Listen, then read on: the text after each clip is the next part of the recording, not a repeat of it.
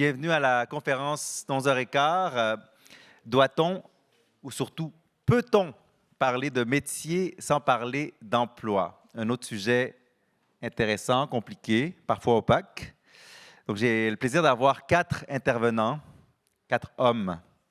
4 hommes, voilà, on n'est pas très bon dans la diversité, mesdames, je m'excuse. Mais je m'attends à ce que les femmes posent des questions à la fin. Hein? Je compte sur vous, mesdames. Aucune question d'homme à la fin. Que des questions de femmes, s'il vous plaît, hein, pour équilibrer le tout. Donc, j'ai le plaisir d'inviter sur scène Monsieur Olivier Faron du MEDEF. On peut l'applaudir, allez. Il va s'asseoir à côté de moi. Bienvenue, Monsieur Faron. De l'Opco Atlas, j'ai Monsieur David Tondelier. Allez, on peut l'applaudir très fort. De l'Université de Nantes, professeur émérite, Monsieur Troget, Vincent Troget. Ah oui, on va l'applaudir. And we have a friend from Germany. We're very happy to have Germany with us. Welcome Daniel Fichtenkamp du ministère Culture, Éducation, Perspective de l'AS. Donc, comme vous le savez, la conférence sera bilingue. Donc, j'ai 3 Français and our German friend. Unfortunately, I don't speak German. I wish I could, but I don't. But we'll do it in English. Et ensuite, s'il y a vraiment des besoins de clarification, avec plaisir, je peux pas traduire l'intégralité, mais au moins les grands points. I'll translate parts of your intervention, Daniel, so that you feel at home. Is France treating you well, Daniel? Yes. Perfect, good. That's what matters. Donc, vous le savez, la tradition le veut, et je pense que là, vous êtes tous habitués à l'animation. Tout le monde a reçu son petit carton, j'espère. Hein? Oui, parfait. Sinon, levez la main si vous n'en avez pas. On va commencer avec un vrai ou faux. Encore une fois, le rouge pour le faux, le vrai pour le vert pour le vrai. Voilà. Et si vous êtes incertain, faites du vent. Donc, la première question. À 17 ans, on ne peut pas choisir un métier de manière éclairée. Vrai ou faux? On ne peut pas. OK, mitigé. Vrai ou faux, mieux vaut un emploi stable qu'un métier qui passionne. Ouh, OK. Ouais, c'est faux, ouais, c'est quasi unanime. Il y a quelques vrais, mais oui. Le système d'orientation actuel fabrique plus d'angoisse que de clarté. Ah oui. Oups, on a du travail à faire, Abdi. On devrait arrêter de poser la question « Tu veux faire quoi plus tard ?» Voilà, bon, mais je pense que ça, on va le noter. Hein? Il faut arrêter de poser la question. On la pose tout le temps.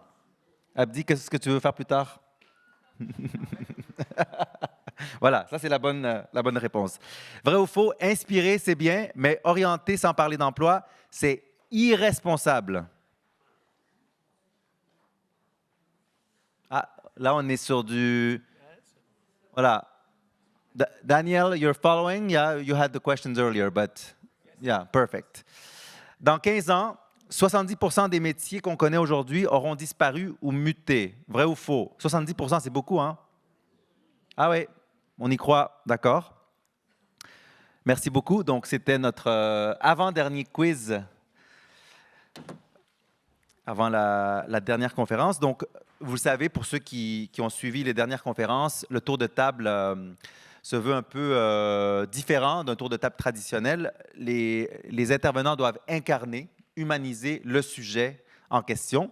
Donc, je vais commencer avec M. Faron. En gros, chaque intervenant doit se présenter en 1 minute environ, son rôle, son métier, un moment, un mot, un conseil qui a influencé leur propre orientation. Et j'aimerais qu'ils nous disent, si vous deviez le résumer, est-ce que ce jour-là, c'est un emploi, un métier ou autre chose qui a guidé votre choix? Donc, on va commencer à humaniser le sujet de la journée. And Daniel, you'll be the last one to go in English for the round table. Donc, on va commencer avec M. Faron. Bonjour à toutes et à tous. Donc, pour reprendre les critères énoncés, je suis donc un homme non international et très heureux d'être là. Pour me présenter, donc j'ai été longtemps dans des missions de service public, j'ai dirigé différents établissements d'enseignement supérieur, j'ai assumé un certain nombre de responsabilités avant d'être recteur d'une académie, et puis depuis 1 an et demi, j'ai rejoint le MEDEF à la demande du président du MEDEF qui a souhaité créer un pôle compétences, formation, jeunesse. C'est pour ça que sur la question orientée sans parler d'emploi, j'aurais déjà une réponse. Qu'est-ce qui a... Alors d'abord, ce choix, c'était effectivement de dire qu'il faut faire bouger les choses au niveau des entreprises. Les entreprises doivent être impliquées et on a des messages à raconter. Un souvenir peut-être, puisque c'est la question qui m'est demandée, qui m'a influencé. Je me rappelle d'un professeur d'Hippocane qui m'avait dit, donc après le bac, qui m'avait dit il faut être grave mais jamais sérieux. Et je pense que c'est quelque chose qui m'a beaucoup influencé. Après, je dirais que le déclic professionnel, et c'est aussi une des questions, c'est de faire quelque chose qui nous intéresse. Et donc, j'ai choisi de faire de longues études en histoire parce que j'avais cette passion pour l'histoire qui m'a amené donc à devenir enseignant en histoire à l'université. Merci beaucoup, Monsieur Faron. Monsieur Tondelier. Oui, bonjour, bonjour à toutes et tous. Alors, je vais essayer en 1 minute de faire quelque chose qui va être finalement une boucle à l'arrivée, puisque donc moi je suis délégué régional donc d'un OPCO, un opérateur de compétences. Donc nous, notre travail, c'est globalement donc d'aider des entreprises de certains secteurs à faire évoluer leurs collaborateurs dans le bon sens du terme, voire pourquoi pas les aider à conserver leur job, les faire évoluer en fait dans le sens où ils peuvent se reconvertir, aller sur d'autres missions, être promus, recruter donc de nouveaux collaborateurs, que ce soit notamment par l'intervention de l'alternance ou de personnes en reconversion qui viennent d'autres secteurs, comme les demandeurs d'emploi. Si on doit parler comment on y vient, eh ben je pense qu'à peu près personne ne se destine dans sa vie à se dire je vais travailler dans un OPCO, donc il n'y a pas forcément d'études qui viennent, c'est normal, c'est pas inné. Moi, ça fait 20 ans que je travaille dans ce genre de maison, alors j'ai évolué, néanmoins, je n'ai pas fait que ce travail-là jusqu'à présent. Et si je dirais ce qu'il y a un truc qui m'a marqué, c'est justement dans l'effet inverse. C'était peut-être la première fois où j'ai franchi donc, le seuil donc, d'une institution représentant l'orientation en me disant tiens, je vais essayer de parler donc, pour voir comment je veux me projeter dans l'avenir. Donc j'étais face à une personne qui m'a dit mais au fond de vous, peut-être qu'elle peut être un peu votre métier de rêve, c'est autre chose. Donc moi j'ai dit bon bah voilà, j'aimerais que ce soit ce métier-là, et il a disparu.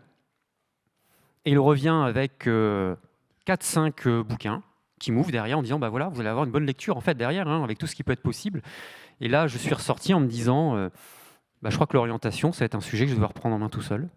Voilà. Merci beaucoup, Monsieur Tondelier. Monsieur Troget, professeur émérite, on vous écoute. Ça veut dire à la retraite, hein, émérite. À la retraite. Mais non, mais très impliqué et actif. Donc moi j'ai été pendant 12 ans prof de lycée professionnel, lettres-histoire, et puis j'ai décidé de faire une thèse sur le sujet de l'histoire d'enseignement professionnel, et je suis devenu maître de conférence en sciences de l'éducation, spécialiste d'histoire et de sociaux de l'enseignement professionnel et aussi de l'orientation. C'est pour ça que je suis là. Alors, il faut que je vous dise ce que je voulais faire, hein, c'est bien ça. Alors moi je voulais être pilote de Formule 1, et en terminale j'ai acheté un karting. Et j'ai vite compris, j'avais beau avoir le même âge qu'Alain Prost, j'ai vite compris que je n'étais pas Alain Prost. Donc, premier échec. Et donc, j'ai choisi de la discipline universitaire. J'étais fils de prof, donc dans ma famille, on faisait des études. Et j'ai choisi la discipline où j'avais eu la meilleure note au bac, qui était la discipline d'histoire. J'ai fait une licence d'histoire.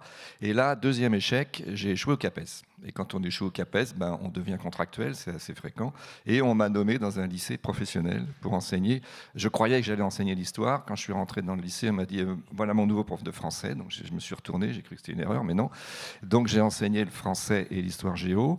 J'ai découvert cette institution et je me suis aperçu qu'elle était née juste en 1939 et que c'était développé sous le régime de Vichy dans un premier temps. Donc c'était un très beau sujet finalement. J'ai découvert ce sujet et c'est comme ça que je suis devenu un spécialiste de l'enseignement professionnel. C'est comme vous, hein, on ne décide pas de devenir spécialiste de l'enseignement professionnel au début. Voilà, c'est tout. Mais ça illustre assez bien ce que peut être un parcours d'orientation. On a hâte d'élaborer sur le sujet. Merci, Monsieur Troget. Danielle, please tell us about yourself and what led you to become who you are today, what you do. Yes, thanks very much. Bonjour to everyone. My name is Daniel Fichtenkamp. I'm a conseiller, as you say, for the Ministry of Education in Hesse. Yes, my own history is I was a teacher too for 10 years at the Lycée. And my subjects are German, sports, and geography.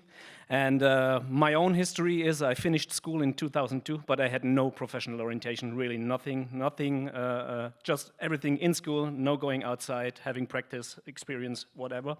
And after school, I thought about what to do. Then at this time, you have to do the military service or the civilian service. I did the military service.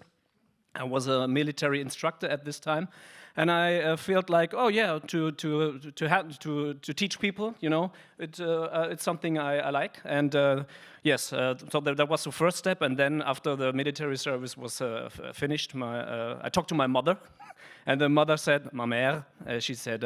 Oh, you can go. You are good with children, like that. Yeah, maybe a teacher. Yeah, and I said, okay, yeah, let's do this.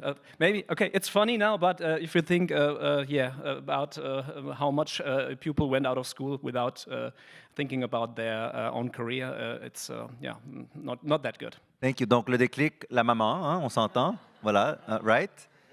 Voilà, le soutien du service militaire, on a retenu ça. Donc aujourd'hui, conseiller pour le gouvernement de la Hesse. Again, welcome to France and thank you for joining us for this very important SoPro event. Donc, comme vous le savez, chaque conférence est divisée en 4 thèmes. On va tout faire pour respecter le temps. Le premier thème, nous allons parler de sécuriser un emploi ou révéler une identité.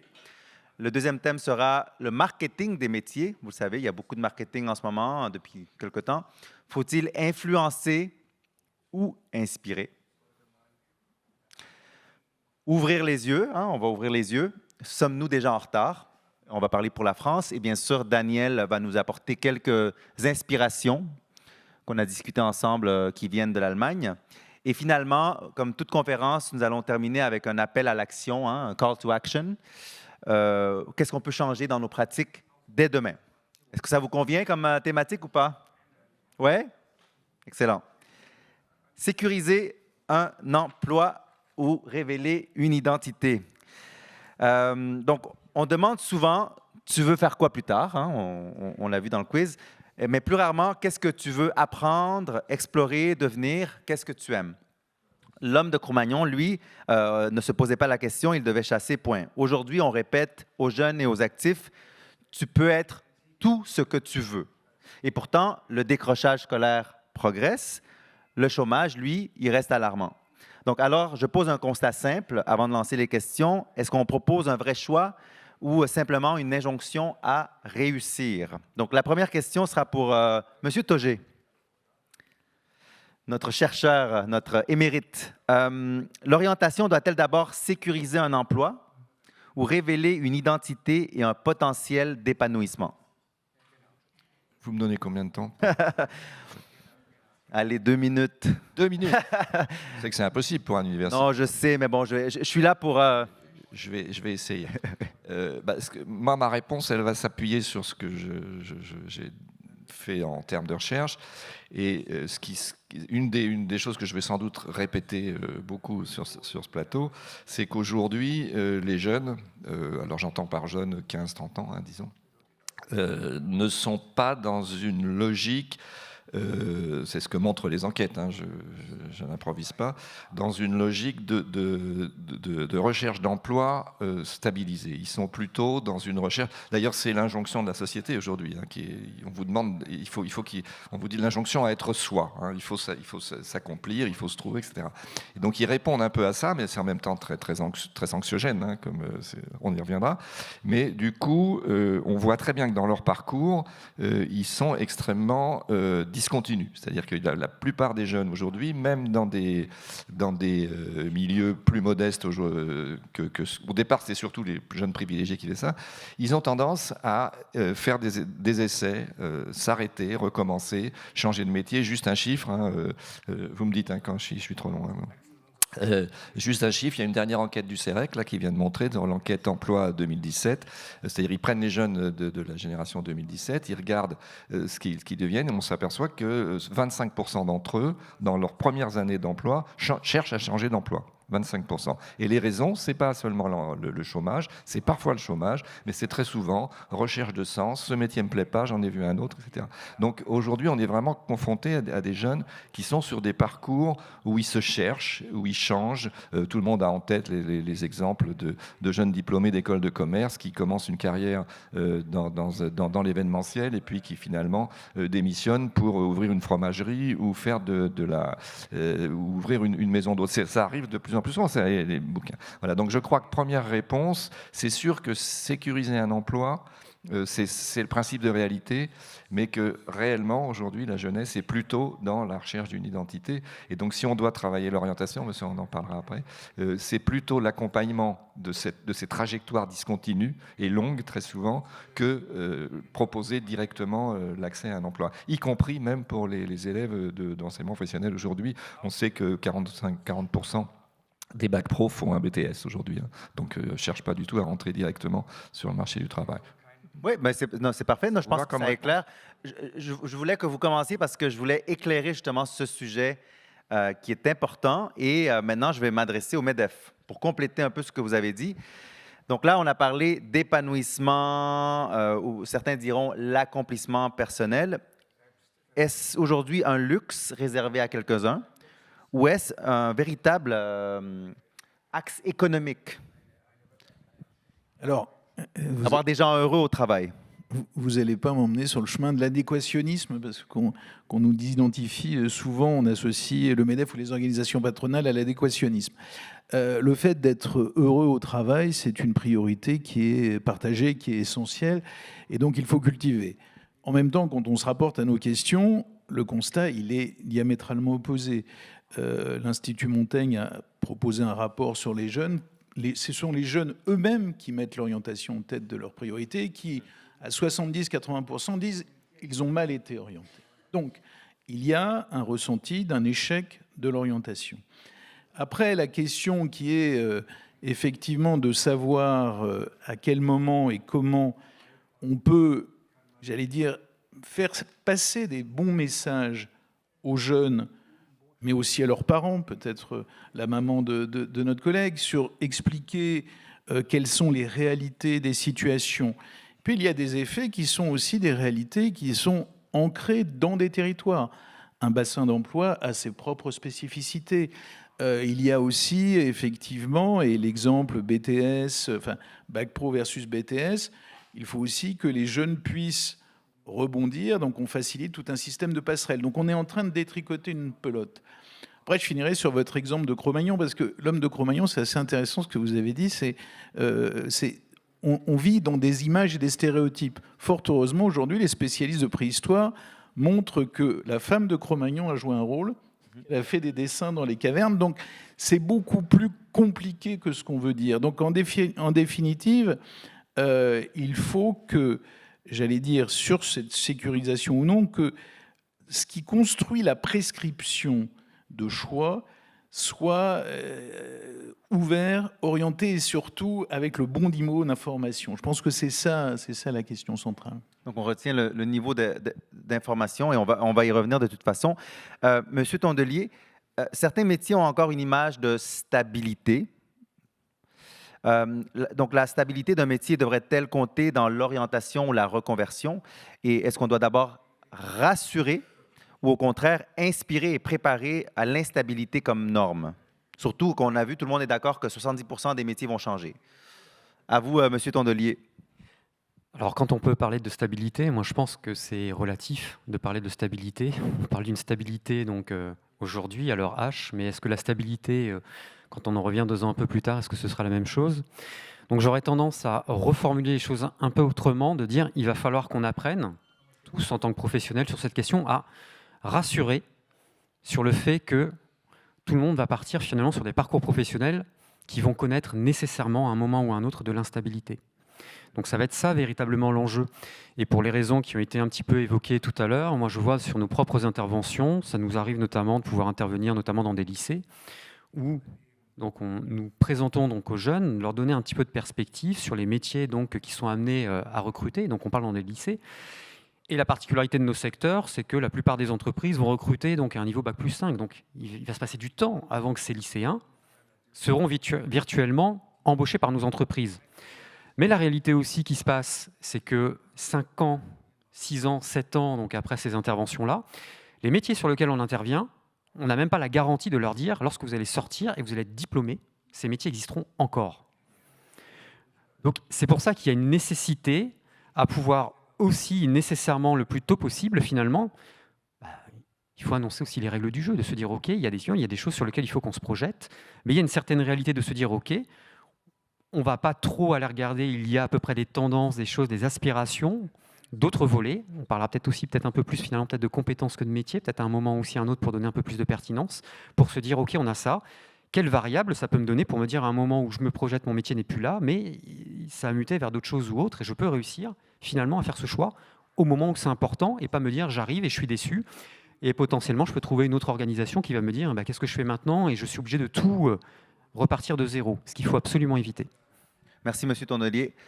Now I will turn to our German friend, Daniel. So, Daniel, you've heard France. France has spoken.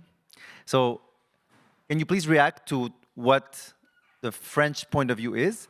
And then I'd like you to give us a concrete example of what you do in Germany, in LAES. You told me that you create alliances between young elementary schools and older apprentices, what we call here des stagiaires. Donc, en Allemagne, ils créent des alliances entre des écoles primaires et des stagiaires plus vieux, entre guillemets.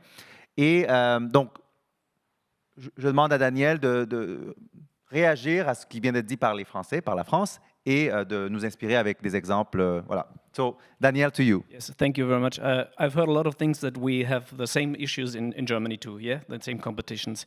I see both sides of this question, you know. On the one hand, our goal in Hess is to say that every pupil comes out of school and he finds about his identity, what his interests are, competences, and then he gets a job.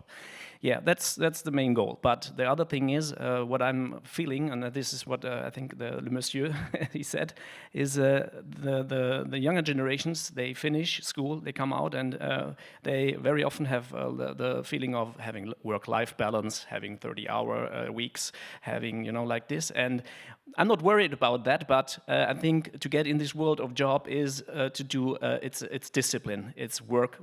You won't get rich or successful without hard work. So that is something what I'm a little bit worrying about. That was what I thought about when we had this discussion. The other thing is the project you asked me. We do the vocational schools together with primary schools, not all, but in some places. And the pupils who are in the vocational schools, they teach or make projects together with the pupils in primary schools. But this is not a theoretical thing. They do practical things. They do things, building things, you know, like garden projects for the school garden and all that. And this is very, very interesting for us because it's a peer group thing. You know, a pupil to pupil, younger pupil to older pupil, and so it's a very good way to get the pupils, the young pupils, see. Okay, what do they do? Does the pupil do who is a cook or is a constructor? You know, and it's not that the teacher says you can be that and that and that. It's more pupil to pupil, and it's a good way. Pour ceux qui peut-être n'ont pas tout suivi, je vais résumer ça rapidement. Donc, pour la première question, Daniel a mentionné l'importance de trouver un équilibre entre tout ce qui est la discipline du travail, bien sûr, pour réussir, entre guillemets. Bon, le mot réussir qui veut dire beaucoup de choses. Et ensuite, le fait que la jeune génération cherche cet équilibre travail-famille. Donc, comment on trouve l'équilibre entre un et l'autre. Donc, ça, c'était en gros un des éléments clés. Et l'exemple qu'il apporte, je trouve intéressant. En Allemagne, si j'ai bien compris, les lycées professionnels et, on va dire, viticoles ou autres, agricoles, tombent sous le ministère de l'Éducation. Et il y a vraiment des alliances entre les lycées professionnels et les écoles primaires où il y a vraiment ce partage pas juste d'expertise, mais une inspiration qui peut mener à révéler une identité. Donc, au lieu de dire à un jeune, fais ci, fais ça, tu dois devenir ceci ou cela, il y a vraiment une inspiration, comme il a dit, de peer-to-peer, de jeune à jeune, un jeune plus vieux qui inspire un jeune plus jeune. Et moi, ce que je retiens de ça, c'est comment est-ce qu'on pourrait créer en France des alliances plus fortes entre des lycées professionnels et des jeunes du primaire pour, au lieu de dire aux jeunes, suis telle voie, c'est soit inspiré par. Mais de toute façon, on va revenir à l'inspiration, qui est d'ailleurs notre deuxième thème de la journée, c'est donc le marketing des métiers. Faut-il influencer ou inspirer? On parle de plus en plus de marketing des métiers, des campagnes Instagram pour attirer les femmes dans la tech, des vidéos TikTok sur la menuiserie ou l'IA. Donc, je vais m'adresser à 3 d'entre vous et ensuite à M. Togé, donc Daniel, David et Olivier. Donc, jusqu'où est-il légitime de marketer un métier? Est-ce qu'on inspire ou est-ce qu'on influence? Donc, on va commencer avec la France et je vais laisser l'Allemagne réagir à comment ça se fait en Allemagne déjà, le marketing des métiers. Donc, David. Alors moi, je serais quand même plutôt sur le parti pris d'inspirer plus que d'influencer. Après, ça dépend des enjeux qui viennent. Mais les risques en fait de l'influence, c'est d'amener donc à des réalités qui peuvent générer quand même pas mal de frustration. C'est-à-dire d'amener vers un métier sur lequel on se dit « Ok, on me l'a vendu, c'est un petit peu un métier de rêve, c'est autre chose » et on voit une réalité qui est un petit peu plus complexe. Et on arrive facilement à retrouver des éléments. Moi, je vais vous donner un exemple qui était assez concret d'une étude qui a été réalisée dans une branche professionnelle et qui était un petit peu en lien pour se dire « Tiens, la reconversion des femmes dans le numérique ». Étude récente que vous pouvez réussir à les consulter sur un site internet de l'OPIEC. Et finalement, sur l'intervention donc, de la personne qui a mené l'étude, de ce que je retiens, qui était une femme en plus, qui a mené cette étude, moi, de ce que j'en ai retenu, alors après c'est sous mon angle, c'est de me dire, donc oui, les entreprises du numérique sont prêtes à vous accueillir, mais peut-être pas en fait pour faire des métiers techniques. Donc c'est sur les fonctions support. Ouais. Donc ça peut être en fait très questionnant derrière. Donc il y a de l'importance de donner néanmoins une réalité, de faire. Alors ça n'est pas impossible pour autant dans l'ensemble, mais je pense qu'il y a aussi un sujet d'ouverture qui fait que les personnes aussi qui veulent potentiellement être sur le jeu de l'influence pour se venir derrière doivent aussi réaliser qu'il y a des réalités en fait aussi donc d'accueil des personnes qui peuvent venir d'autres voies. Aussi on doit élargir aussi sur le spectre des personnes qui peuvent être potentiellement rentrées sur ces filières. Il y a un enjeu aussi quand même un petit peu entre les deux. Il n'y a pas que de l'affichage, mais il y a aussi une réalité de se dire « Ok, je veux que vous venez, mais je suis aussi en capacité de bien vous accueillir de la même manière. » Merci, M. Tondelier. M. Faron? Alors, je pense que les deux ne s'excluent pas. C'est clair qu'il faut effectivement inspirer. Et les rôles modèles, on parlait tout à l'heure, et David en parlait, du passage vers le numérique. Il est clair que il n'y a pas assez de femmes dans ces filières-là. Donc le rôle de l'inspiration est fort. Après, il y a un travail d'influence, un travail de politique publique, parce que, en particulier, notre pays souffre, j'allais dire, de réflexes qui sont relativement archaïques. Vous venez de parler des lycées pro. Chacun sait qu'il n'y a pas eu la révolution culturelle sur les lycées pro comme il y a eu celle sur l'apprentissage. Aujourd'hui, malheureusement, on va en lycée pro suite à une orientation qui est subie. Malheureusement, un certain nombre de professeurs principaux de classe de 3e envoient plutôt les moins bons élèves en lycée pro. Pas parce qu'ils le font sciemment, mais parce que je dirais que c'est le système qui s'autoreproduit. Donc, il y a... et c'est là où l'influence veut dire politique publique, veut dire construction de parcours, et veut dire lutter contre tous les stéréotypes. Un mot sur les femmes. Les jeunes filles sont aussi bonnes que les garçons jusqu'à la classe, en classe de CP. Et après, ça décroche de façon extrêmement brutale. Et effectivement, et ça va aller sur le fait que dans les filières de David, il y a combien? Il y a 20 à 30% de femmes. Ça, c'est un biais de genre qui est un biais de genre national, parce que si vous allez au Maroc ou si vous allez en Asie, il y a pratiquement autant de femmes que d'hommes. Donc il faut contrecarrer ce biais. Donc ça veut dire, un, une politique publique, et deux, effectivement, une inspiration. On vient de lancer au MEDEF une initiative qui s'appelle Code F, pour que nous ayons des ambassadrices de ces sujets du numérique qui travaillent dans les entreprises et que les professeurs puissent travailler avec ces ambassadrices qui n'ont pas de rôle, pas de fonction de soutien, qui n'ont pas de fonction de support, mais qui sont soit dans l'innovation, soit dans la gestion d'entreprises importantes, parce qu'il n'y a pas de déterminisme, il n'y a pas de fatalité à des parcours déjà conditionnés. Merci, Monsieur Faron.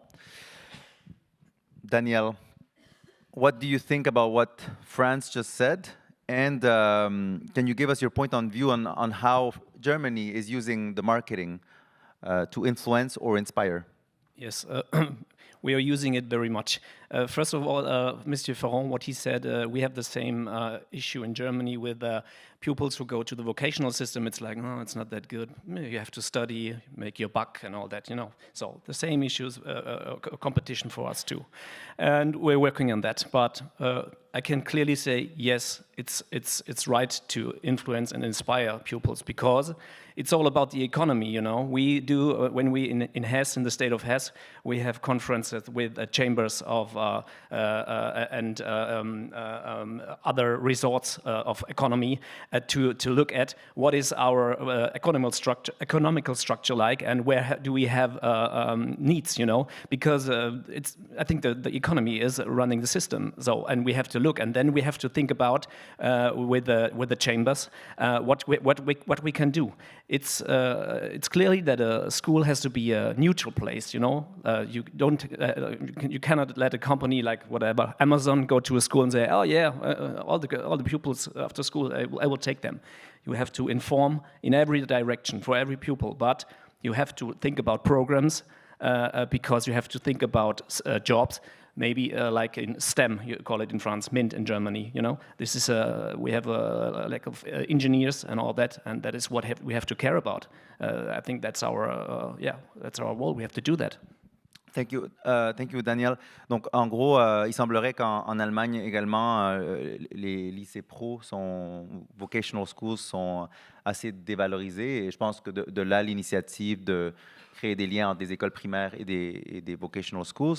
Ensuite, je pense qu'il y a beaucoup de concertations où on parle, oui, d'économie, mais pas que. Il faut aussi protéger les jeunes. On ne peut pas laisser n'importe qui rentrer dans l'établissement scolaire. On n'est pas là juste pour dire à des jeunes, il faut que tu travailles, il faut que tu te diriges vers un métier. Donc, merci Daniel pour cette vision. Monsieur Troget. Je sens que ça ne va pas être facile. Voilà, j'ai gardé une question très compliquée pour vous. Donc, on voit des auteurs et des influenceurs affirmer « ne faites plus d'études ». D'ailleurs, il y a eu un livre publié récemment qui est passé sur tous les plateaux français, qui s'appelle comme ça, « Ne faites plus d'études », parce qu'il disait que l'IA va remplacer tous les métiers et que ça ne sert à rien d'étudier. Donc, est-ce qu'on assiste à une démocratisation de l'orientation ou à une dérive? Je ne pense pas que je puisse répondre à cette question directement.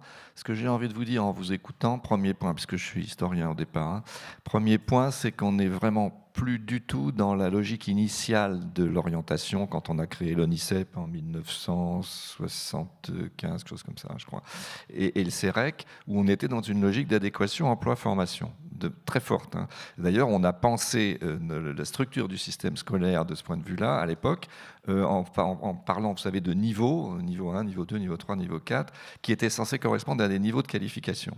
Et les premiers auteurs, je vais essayer de ne pas être trop long, mais j'aime bien citer cette histoire. On fait de l'histoire, là, vraiment. C'est un des premiers technocrates qui a accompagné les réformes de 1959, 62, etc., pour arriver au collège unique, s'appelait Jean Capel. Et Jean Capel a écrit un petit livre dans lequel il explique qu'il faut faire le collège unique, bien sûr, mais qu'il faut le faire sur la base d'une orientation. Et il produit un schéma absolument hallucinant que j'utilisais souvent quand je faisais cours. Il dit, voilà, les intelligences en France dans la population sont réparties selon une courbe de Gauss. Donc il y a une petite minorité de génies, une petite minorité de crétins, et entre les deux, une masse de gens qui ont un QI acceptable. Et il dit, le problème qu'on a, c'est qu'autrefois, les ambitions, alors il invente un truc, les ambitions, il propose une pyramide, étaient pas vraiment adaptées à cette répartition des intelligences, mais posaient pas de problème parce que les gens avaient peu d'ambition. Donc, ils acceptaient les situations, et donc, voilà, ça correspond à dit. Le problème, et là, il dessine une pyramide inversée, je vous jure que c'est vrai, hein, il dessine une pyramide inversée, il dit, aujourd'hui, le problème, c'est que les gens ont trop d'ambition. Et donc, l'orientation, c'est quoi? C'est convaincre les parents qu'il faut que les enfants, en fonction des résultats scolaires, choisissent leur orientation, et, rajoute-t-il, pour les familles favorisées, il faut les convaincre que si leurs enfants ne sont pas très bons, ils vont accepter des ambitions plus modestes. Évidemment, n'importe quel sociologue éclate de rire en lisant ça et en disant, si vous connaissez des familles favorisées qui vont spontanément dire à leurs enfants, ah oui, mais tu n'as pas une bonne note en maths, alors tu ne vas pas chercher à être médecin comme papa ou avocat, tu vas te contenter, ça ne marche pas. Mais les gens qui ont pensé leur système d'orientation fonctionnaient là-dessus, sur cette logique. Ça a dicté plus exactement toutes nos logiques d'orientation à l'intérieur du système scolaire. La meilleure note, les meilleurs choix, la note moyenne, le choix moyen, mauvaise note, LP. Alors je nuance vos propos sur le LP. Les enquêtes aujourd'hui montrent qu'il y a quand même à peu près 25% des élèves de LP qui choisissent. Pourquoi ils choisissent? Parce qu'ils trouvent le métier dont ils rêvent. On revient à ce qui a été dit tout à l'heure. Et ils y réussissent le plus souvent. Mais voilà, ce qui me frappe dans les propos, c'est qu'aujourd'hui, la manière dont l'orientation a été pensée dans le système scolaire, et d'ailleurs, on a changé le nom des conseillers d'orientation en psychologues scolaires, justement parce qu'ils ne voulaient plus supporter cette manière de faire, est devenue complètement obsolète, mais en même temps, on est très désorienté, si j'ose dire, dans le système scolaire pour accompagner l'orientation des élèves, justement parce que tout le système continue d'être pensé comme ça. Je termine juste sur Parcoursup. Aujourd'hui, les enquêtes montrent que les élèves qui préparent Parcoursup, systématiquement, ils ont deux plans. Ils ont le plan A, le plan B. Le plan A, ils proposent ce que pensent que les profs vont leur accepter, que l'institution va accepter en fonction de leurs résultats. Et puis, ils tentent le coup quand même sur un truc qui leur fait vraiment plaisir et qu'ils ont envie de faire. Et dernière remarque là-dessus, l'année de césure, par exemple, est de plus en plus utilisée, même si elle est très compliquée en France. Donc voilà, on est à un moment c'est passionnant pour moi d'assister à ça, on est à un moment de basculement incroyable. Mais comme tous les moments de basculement, ça désoriente, si je puis me permettre ce mauvais jeu de mots. Monsieur Faron, je pense que vous avez envie de réagir. Juste, on ne va pas débattre sur les lycées professionnels. Ce qui est clair malgré tout, c'est que notre pays reste surdéterminé par les biais sociaux, surdéterminé, et que les lycées professionnels accueillent plutôt des jeunes de milieux défavorisés, dont une partie n'a pas choisi cette voie-là. Pourquoi ?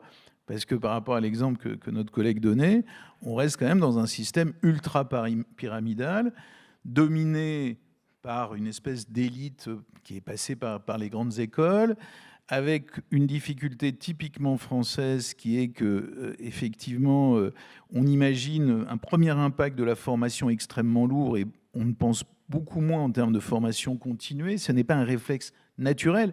Et par rapport à ce que disait Daniel, oui, il y a probablement les mêmes réserves par rapport au lycée professionnel en Allemagne.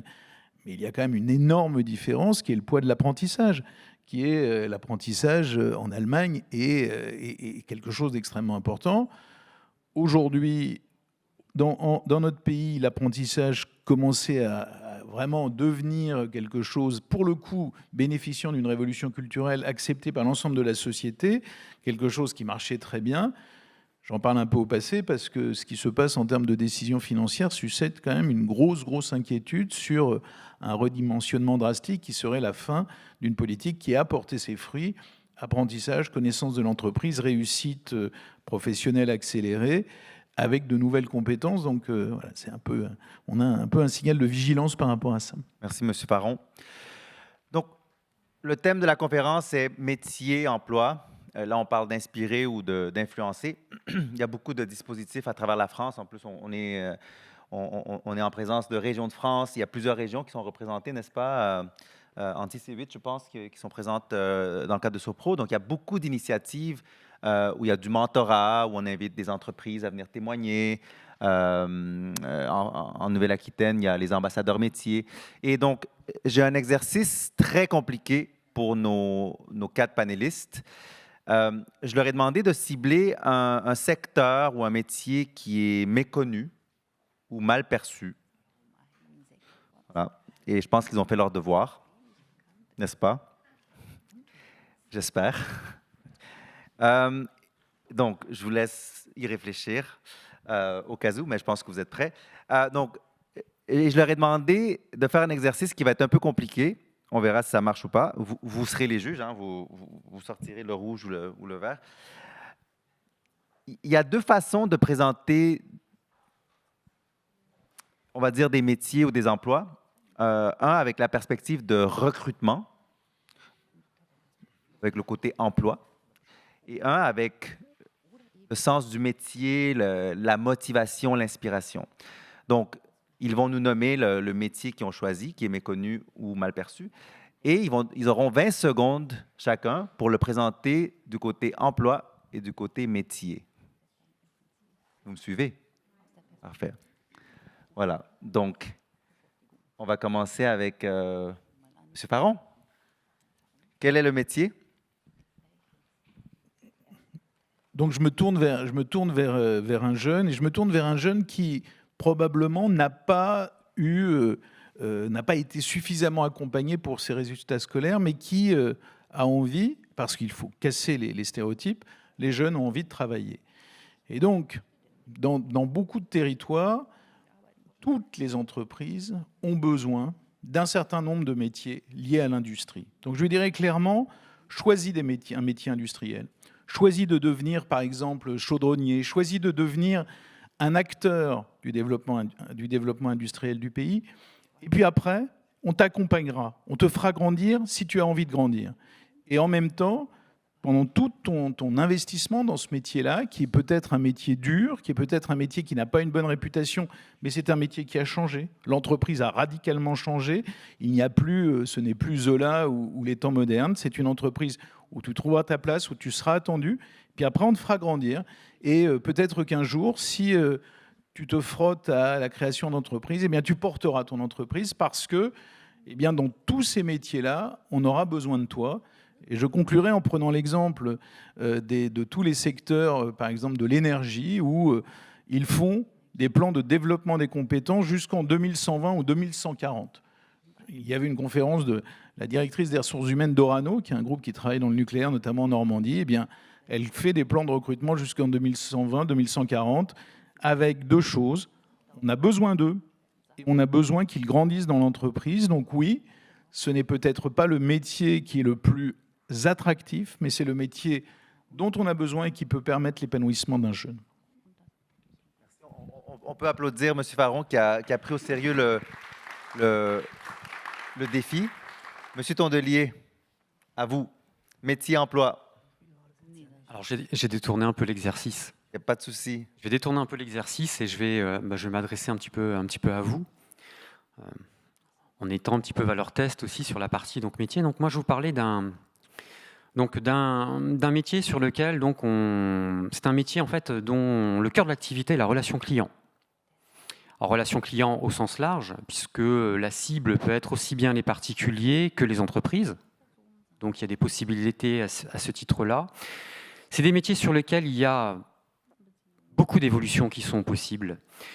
Pourquoi? Parce qu'en plus, ce secteur mise beaucoup sur la formation en interne. Donc, tous les ans, tous les salariés, donc il y a un haut pourcentage donc, de salariés de ce type d'activité qui est accompagné. Au-delà de ça, donc, on est plutôt sur un secteur sur lequel il y a quand même beaucoup d'avantages en plus à côté, derrière, que ce soit en termes de rémunération ou d'autres volets. Donc, c'est plutôt le côté qui est aussi attractif. Donc sur cette relation client, donc on est vraiment notamment sur un enjeu sur lequel, quand je disais que c'était des particuliers des entreprises, dans un cas comme dans l'autre, ça peut avoir un levier quand même déterminant pour les accompagner, donc pour faire en sorte que des projets, que l'un ou l'autre de ces parties donc, puissent mettre en œuvre. Et en plus, dans les années qui viennent, dans la tendance actuelle et dans ce qui va suivre, donc vaste sujet qui va être assez important, donc notamment en termes de transition écologique, sur lequel il y a un axe, un volet à peu près stratégique. Est-ce que ça peut vous donner à peu près une idée donc, de quel secteur ça peut vous faire parler de prime abord? Je m'en réfère à vous. Est-ce que déjà ça vous ferait envie? Non? Pas tant que ça? Pas trop, c'est ça? Ça donne pas envie? Si, quand même un peu. Bon, je vous parlais un peu du secteur bancaire. Voilà. Donc, les banquiers, secteur méconnu ou mal perçu?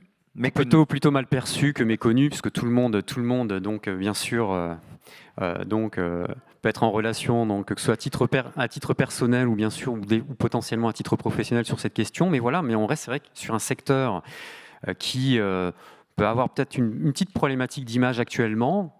Et pour autant, derrière, on reste sur une entreprise donc, de stabilité, on en parlait aussi tout à l'heure, qui est plutôt un secteur sur lequel la stabilité est plutôt pas assez menacée, en tout cas à moyen terme, voire même à long terme, mais avec pourtant des champs de perspective vis-à-vis d'un public jeune ou moins jeune d'ailleurs, somme toute assez importante. Merci, Monsieur Tondelier. On peut l'applaudir quand même. Hein?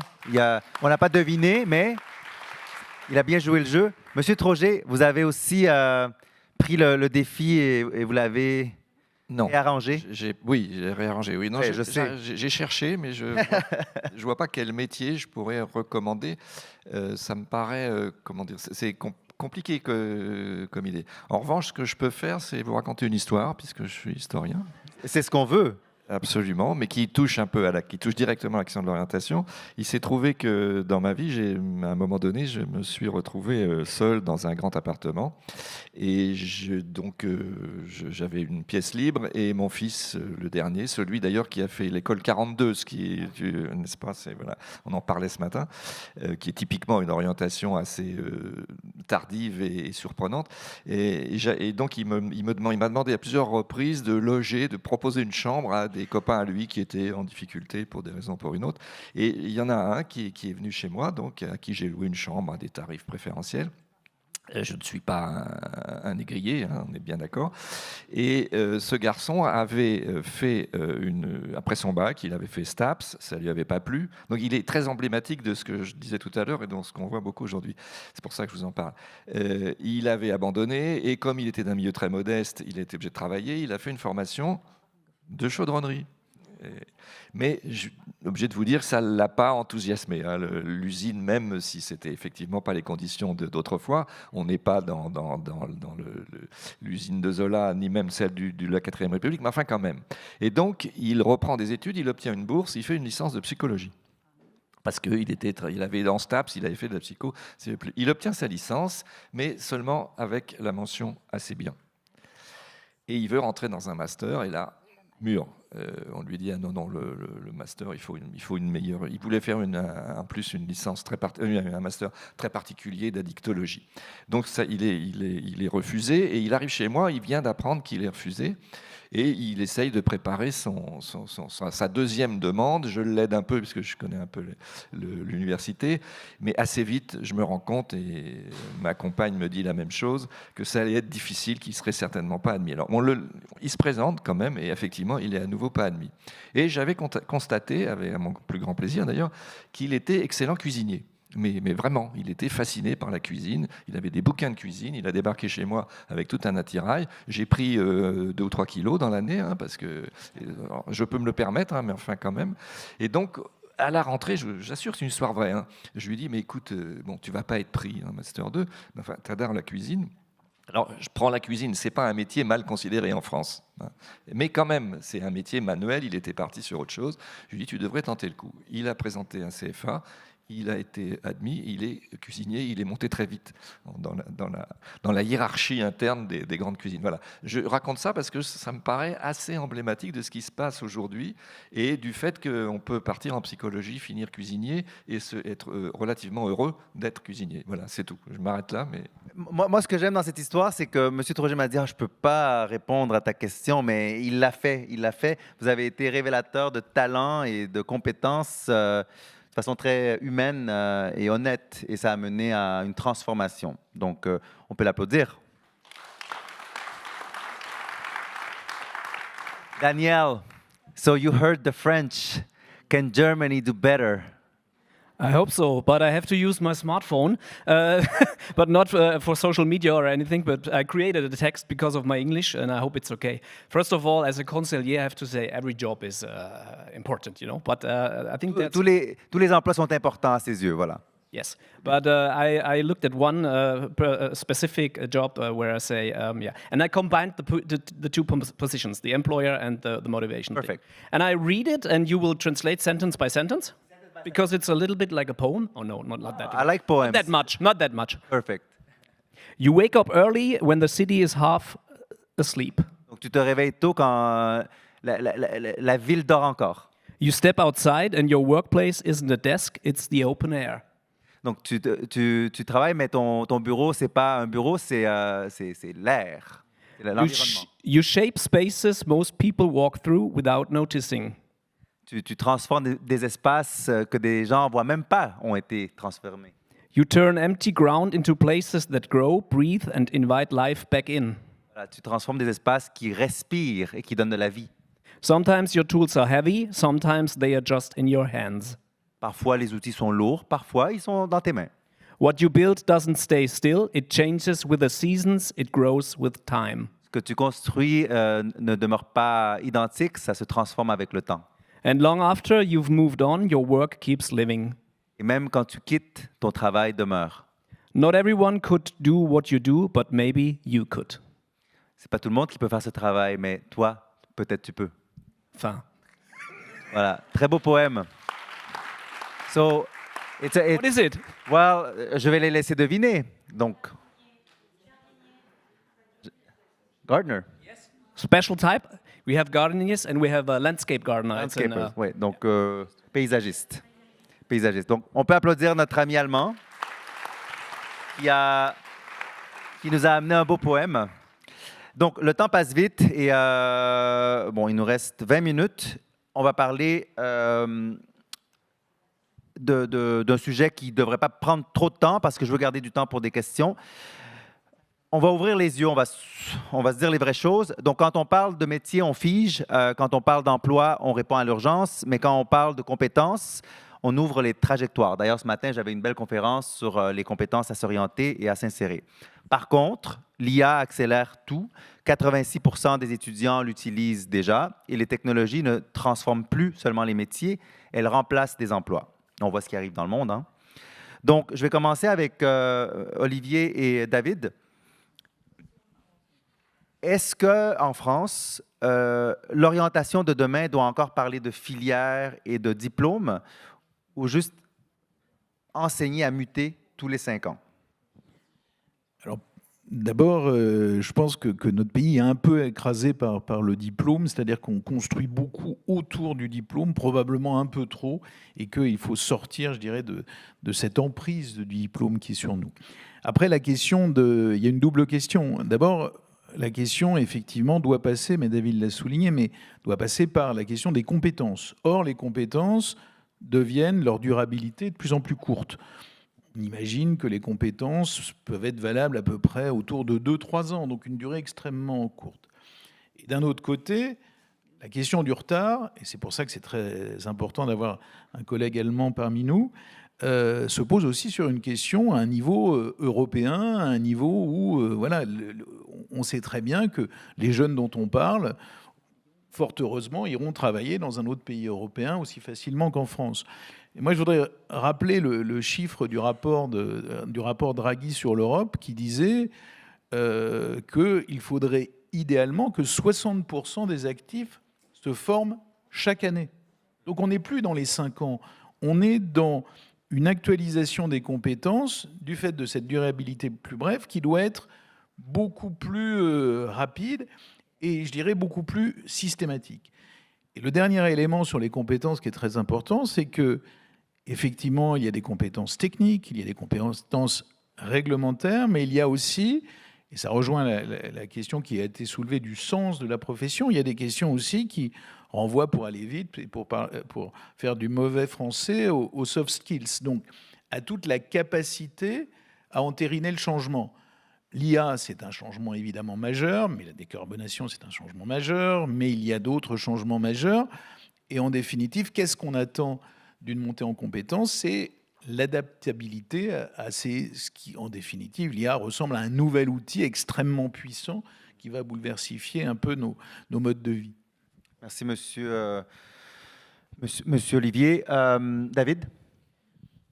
Sur ce qu'il vient de dire, j'aurais presque tendance à dire pas mieux, parce qu'il y a eu beaucoup de choses qui ont été évoquées.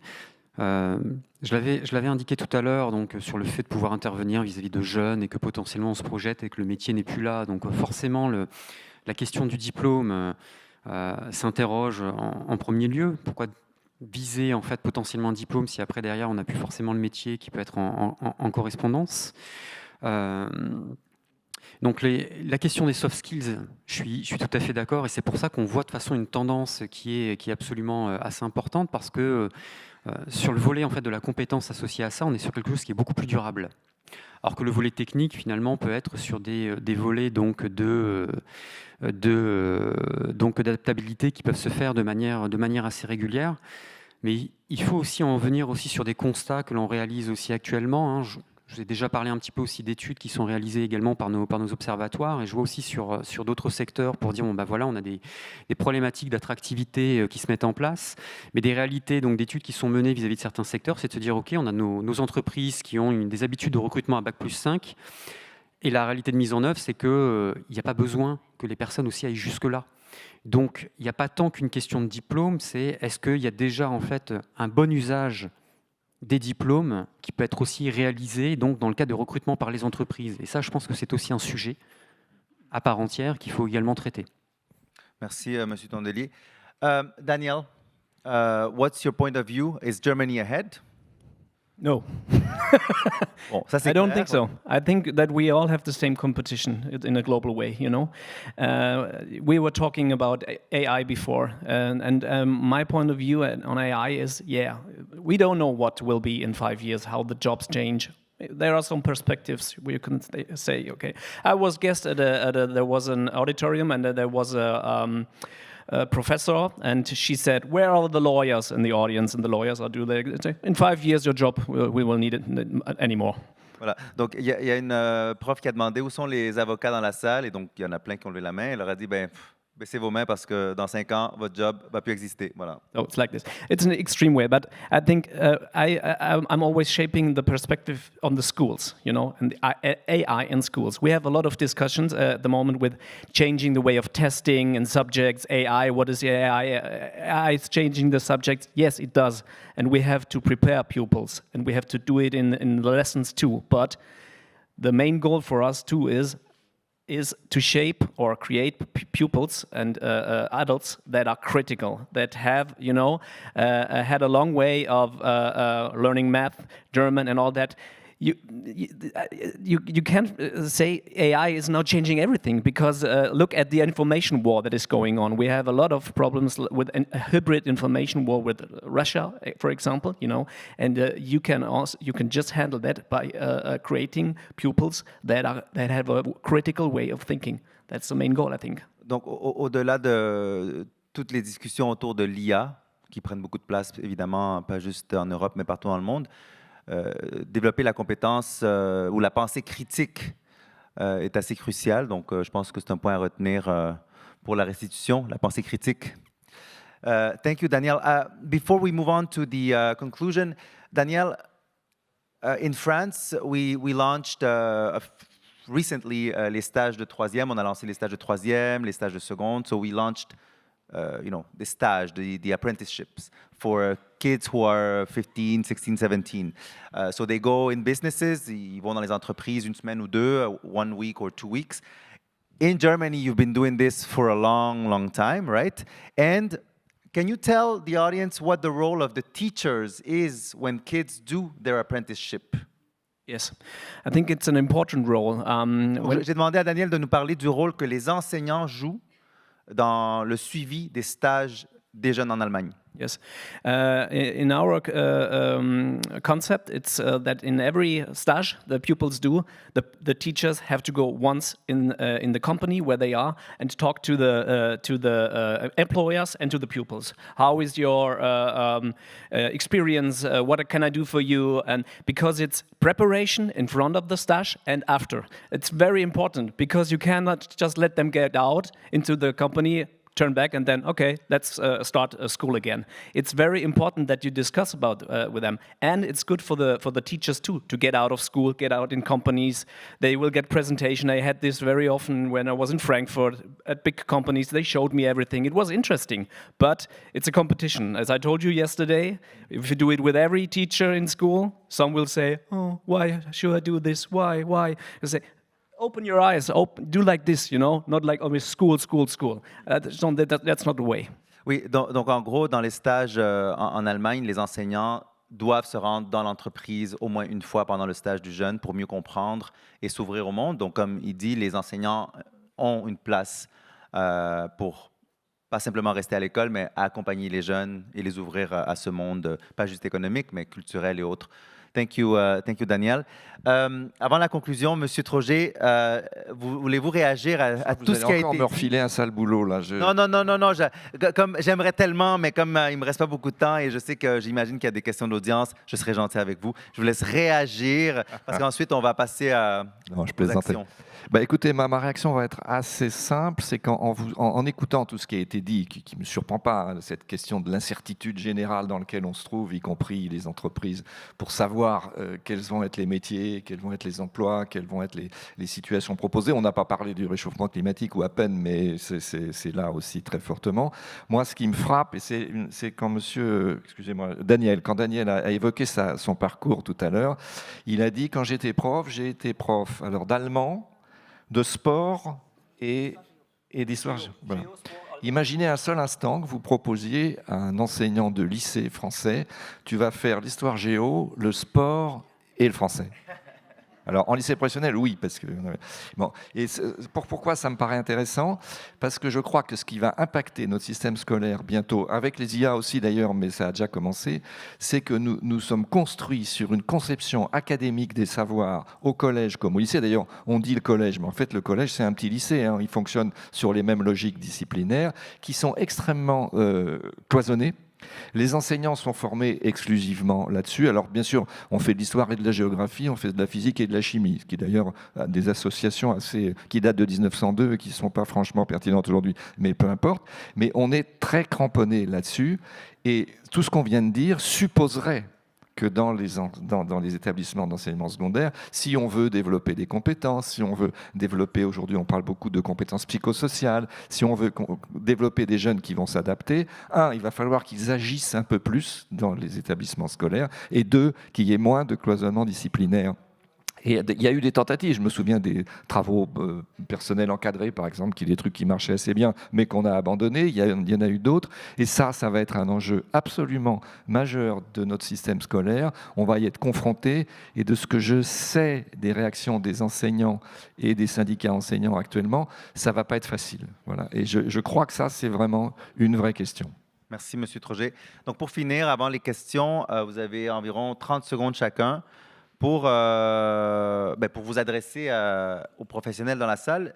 Si vous deviez supprimer une habitude dans l'orientation actuelle, un réflexe, une pratique, un mot, ce serait quoi? Quelle habitude pourrait-on supprimer? Et à l'inverse, un conseil pratique, un outil, une façon de faire, un format que vous recommandez à l'audience qu'ils peuvent appliquer dès demain. Monsieur Paron. Moi, je reste sceptique, et le collègue en a parlé, sur le thème de psychologue de l'éducation nationale. Parce que d'un côté, on a besoin de psychologues, parce que les jeunes ont souffert, ont connu la crise Covid, qui a été une crise terrible. Mais en même temps, associer l'orientation à un problème psychologique, ça pose quand même question. C'est-à-dire qu'il y a une vraie difficulté par rapport à ça. Et je pense que, voilà, j'allais dire qu'on se grandirait même pour les personnels concernés. Et puis, oui, la deuxième question, c'est qu'il faut probablement, et vous avez bien fait de le demander à Daniel, il faut probablement mieux valoriser les périodes d'immersion. Le stage de seconde a été inventé il y a 2 ans. Aujourd'hui, 90% des jeunes ont pu en faire cette année. Et en même temps, est-ce que c'est suffisamment valorisé pour eux-mêmes, dans leur parcours, pour les tuteurs ou les personnels, soit éducation nationale, soit les actifs dans les entreprises qui l'ont accompagné? Probablement que non. et que ce qu'ils ont vécu, ce qu'ils ont connu, ce dont ils ont tiré tous les bénéfices doit être mieux valorisé en fin de ce stage, probablement animer plus le grand oral, qui est quand même quelque chose de très positif dans le changement du bac. On parle toujours de la réforme du bac en disant du négatif. Le grand oral, c'est un élément fort du bac, et probablement en parler plus aussi, que ça soit plus lié dans Parcoursup, parce qu'en France, on finit toujours en se disant il y a un coupable idéal, il s'appelle Parcoursup. Parcoursup, c'est pas le plus mauvais outil, les outils d'avant étaient bien pires, mais c'est un coupable idéal. Donc alimenter Parcoursup avec ce type de passage d'immersion en entreprise semblerait un dispositif utile. Merci. David. Oui. Je vais faire un petit peu de pub pour Parcoursup d'ailleurs, qui a été développé par l'Abri à Bordeaux, donc, qui est aussi une création régionale. Donc c'était important aussi de l'évoquer. Alors, humblement, vis-à-vis de vous, je ne viendrai pas en tant que donneur de leçons sur cet aspect, mais il y a des éléments importants, si on peut être sur l'image un peu cliché, mais que vous devez sûrement ne plus avoir mis en œuvre depuis un certain temps, c'est la question de se dire qu'est-ce que tu veux faire plus tard ? Où on pourrait se dire maintenant, comment est-ce qu'on peut réinterpréter les choses, surtout ce qu'on se dit depuis tout à l'heure, pour se dire, finalement, par quoi tu aimerais pouvoir commencer ? Parce que c'est à peu près ça l'idée que l'on va pouvoir se faire. On est sur des parcours qui finalement vont être... alors, il y aura encore quelques personnes qui feront peut-être encore des parcours peut-être assez longs sur certaines professions, mais dans beaucoup de cas, que ce soit des changements d'entreprise, des changements de métier, la plus grande majorité des gens va y être confrontés. Et pas tant sur les sujets d'orientation, donc comme on se disait, c'est rassurer les gens dedans, mais c'est aussi des grands changements, moi, qui sont assez importants. Moi, je pense que, à l'image de ce qui peut se faire potentiellement aussi dans d'autres pays, il faut qu'on puisse aussi anticiper vis-à-vis donc des plus jeunes années. Donc, on apprend beaucoup en fait de savoir très très théorique, et tout ça jusqu'au bac, mais il faut apprendre aussi sur ces années-là, au contraire, au moment où on peut avoir une certaine malléabilité aussi et une capacité d'apprentissage, de se dire aussi, voilà, je ne suis pas là pour avoir des acquis qui vont être durables dans le temps, c'est qu'on doit aussi m'apprendre parallèlement à me dire que tout va faire que bouger, tout le temps changer. Et de se dire que ce qui est absolument nécessaire, un peu à l'image de ce qui était évoqué tout à l'heure, c'est qu'il va falloir tout le temps se former et que ça devienne culturel. En fait, on a l'impression que dès l'instant qu'on décroche un diplôme, on rentre dans le marché du travail, et c'est fini, il ne se passe plus rien derrière. C'est un peu l'idée finalement qu'on a lorsqu'on réalise, et moi je dis ça à titre personnel, c'est un peu presque comme ça que je l'ai ressenti aussi quand je suis passé sur ce cursus, et c'est faux. Et on a tous ces possibilités, et c'est valable pour tout le monde. Là, on ne parle pas forcément parce que tu es un super diplômé, et c'est ce qu'on dit derrière, tu continueras, c'est valable à tous les niveaux. Donc on a chacun des stades, parce que même dans la vie, on change, on évolue. À un moment, c'est là, mais j'ai 30 ans, j'ai compris d'autres choses, j'ai envie de faire ça. À 40 ans, j'ai encore d'autres choses, j'ai compris d'autres trucs, je veux encore changer, ou même à d'autres moments. Et ça continuera. Et ça, il faut pouvoir l'inculquer tout de suite pour que ça devienne en fait un réflexe et que derrière, ça facilite la vie. Et après, ce qui sera le plus complexe aussi, je ne dis pas que tout peut se résoudre de manière assez facile, mais on peut déjà avoir un bon terreau pour tout acteur, pour des sujets notamment, donc, que ce soit pas que d'orientation, mais de reconversion aussi. Les passerelles se feront de manière beaucoup plus simple et déjà aidées parce que les personnes savent aussi auront déjà un peu moins peur d'y aller. Et donc, c'est beaucoup plus facile après pour nous pour pouvoir les aider et mettre des choses en place. Merci, David. Daniel? Yeah, it's more like a fantasy. What I have. A fantasy, yes. I want to kick out the non-commitment of everyone, of pupils and of adults too, because I think it's a phenomena of the modern time that you have a non-commitment, like, oh, I have started this job, but oh, let's change, or I have at 11 o'clock I will be there at the employer, but oh, I'm late. Oh no, I think we all have it. Non-commitment is a problem, and it's a problem in job too. There are times you have to have discipline, and take your job on and don't switch every time.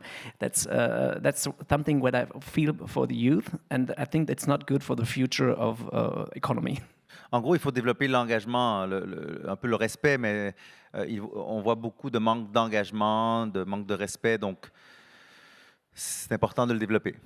If I have to summarize fast what you just said, the engagement, the commitment, oui. Thank you, Daniel. Et pour le mot de la fin, s'il y a une ou deux questions, je vous invite déjà à lever vos mains. Monsieur Troger, mot de la fin.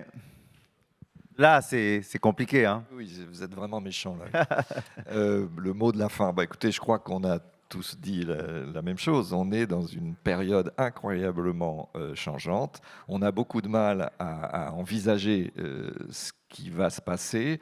Moi, je crois, en vous écoutant, j'ai pensé, puisque vous avez quand même demandé d'interpeller les spécialistes de la formation, de l'orientation, j'ai pensé à ces malheureux profs principaux de terminale, qui sont aujourd'hui sommés d'accompagner les élèves dans la préparation de Parcoursup, dans une situation qui est extraordinairement paradoxale, parce qu'ils ne sont pas formés à ça, on ne leur donne pas beaucoup de temps libre pour le faire, et il faut qu'ils se débrouillent, comme souvent dans l'éducation nationale, et ils se débrouillent notamment avec un paradoxe, je m'arrêterai là-dessus, je m'excuse de parler de l'école, mais après tout, l'orientation se fait beaucoup à l'école en France, avec un paradoxe qui est que on continue de penser, je ne sais pas si vous avez remarqué, mais le baccalauréat reste un événement international en France, enfin national. Vous savez, on passe le bac, on filme des jeunes filles qui pleurent ou des garçons parce qu'ils ont été reçus au bac.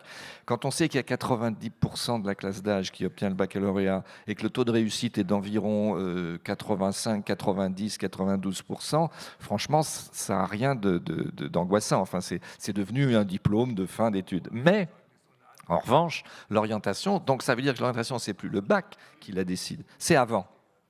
Parcoursup, hein. Tout le monde trouve ça normal, mais le choix d'orientation de Parcoursup, il est fait février, mars, avril. Donc à la limite, vous pourriez très bien intégrer Polytechnique en ayant eu une mention passable au bac. Hein. C'est tout à fait possible, puisque vous êtes déjà en classe prépa, on sait si vous allez en classe prépa. Donc il y a là une situation extraordinairement paradoxale. Donc je plains les professeurs principaux de terminale et j'espère que quelqu'un leur accordera un peu plus de considération, de formation et de temps libre pour faire quelque chose de tout à fait essentiel, qui est accompagner ces élèves à préparer ce qu'ils vont devenir après le bac. Voilà. Merci, M. Troget. On peut applaudir les 4 intervenants. And thank you, Daniel, for coming all the way from the S to be with us. Est-ce qu'on a le temps pour une question? Je pense qu'on a... Ah, 2, parfait. On prend 2 questions et ensuite on vous libère pour la pause déj.